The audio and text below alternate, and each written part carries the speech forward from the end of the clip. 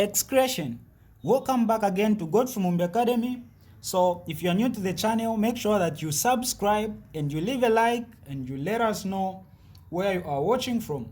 Alright, so this question is from Excretion, specifically the kidney nephron, and it came in 2021 ECZ syllabus, biology paper 2. So the question is saying, figure 4 shows the structure of a nephron. So this figure is showing the structure of a nephron. So when they say a nephron, you need to understand that a nephron is the basic unit part of the what? Of the kidney, or rather you can say the basic functional unit of the kidney. It is the more like the engine of the kidney, where all processes are done from. So the first question is saying, identify the parts labeled K and L. So when you start the kidney nephron, you need to understand that these parts are very important to know. So what is K and what is L? That's the first question. Well, K is what? K is the afferent arteriole. Okay, the afferent arteriole. So you understand that this is the vessel that takes blood to the what? To this part L, which is the glomerulus. Okay, so this part or this vessel that takes blood is the what? Is the afferent arteriole. So that's our first answer for K. K, we're going to say the afferent. The afferent. So afferent arteriole. That's the part. Then what is L? So this L, like I said, so the afferent arteriole or the afferent end or the afferent vessel brings the blood into the what? Into the glomerulus, which is part L. So L is the glomerulus. So L, this is the glomerulus. Then the next question says, name two substances present in the fluid in K but absent from the fluid in M. Well, the question is saying, name two substances present in fluid what? K. The fluid that is in K, but are absent in the fluid that is in M. So you just take a look at it. K, like I said, is taking in or is bringing what? It is bringing blood. This blood that is taking to the glomerulus is blood with everything. Okay, all the waste substances and everything is in this blood. You need to understand that, because it is bringing the blood so that it can be filtered. But once it passes the glomerulus, you understand that all the processes are done here. I mean, ultrafiltration and selective what? Reabsorption. Such that by the time this blood is coming to part M, it is now filtered. Okay, all the what? The waste substances are removed and it is returning to the rest of the body. In short, the substances that are in K but are not in M are the waste substances, because this blood is returning to the rest of the body. They are removed by this time. So you just mentioned the waste substances, and this is one of the common questions. So this is B. This was our A. B. So they want us to name two substances. One is urea, because you understand that urea is the waste substance.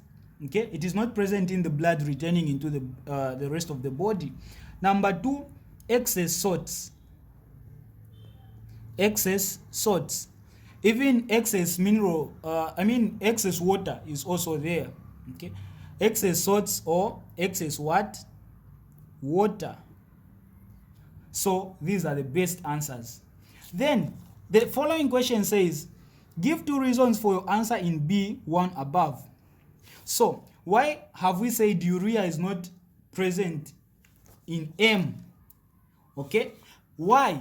In short, why is urea not retained in the body? Because you understand that urea is not needed in the body and it gets excreted. It is removed from the blood and being excreted as urine.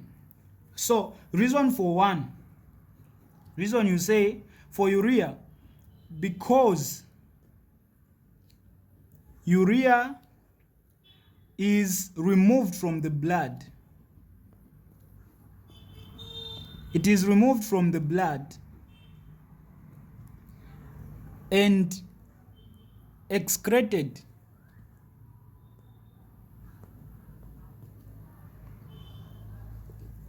out of the body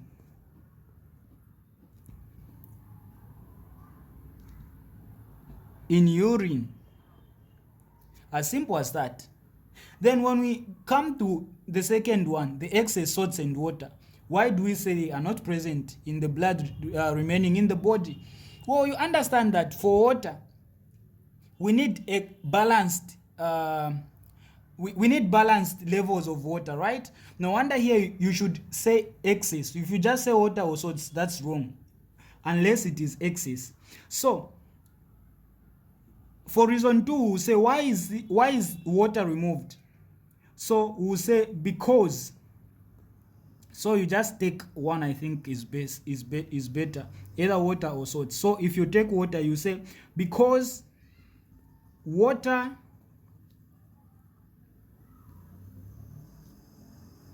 so you can say because excess water,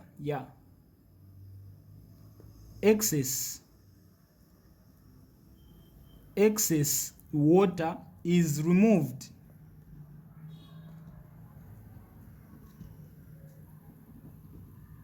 from the body to maintain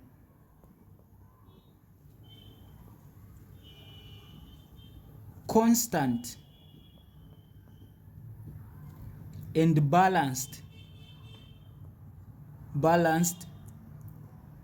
water level. As simple as that. So these are the reasons why the urea and excess water are removed. Then we go to the next question. So the next question, state one common disorder associated with the kidney. One common disorder associated with the kidney. Well, you understand that under excretion, and when you're talking about the kidney, the common disorder is what? Is kidney failure. Okay? So kidney failure for C. So C1 you say kidney failure. Okay? That's the common disorder. Then explain how the disorder in C1 can be treated. How can you treat kidney failure? So when you look at the number of marks, it is 2 marks. So you should give 2 reasons or 2 ways. 2 ways of treating kidney failure. So number 1, you understand that you can treat it through the dialysis machine. So the first one is through the what? The dialysis machine. This is the first method. The second method, you can treat kidney failure through what? Through kidney transplant. So through kidney transplant. So this dialysis machine, it is the machine that they use, okay, which works like the kidney. Then the kidney transplant is where now you get the kidney from another person. They get the kidney from another person and implement it and put it in the patient. Okay, so this is the question that came. I hope you've gotten the concepts. Don't forget to subscribe.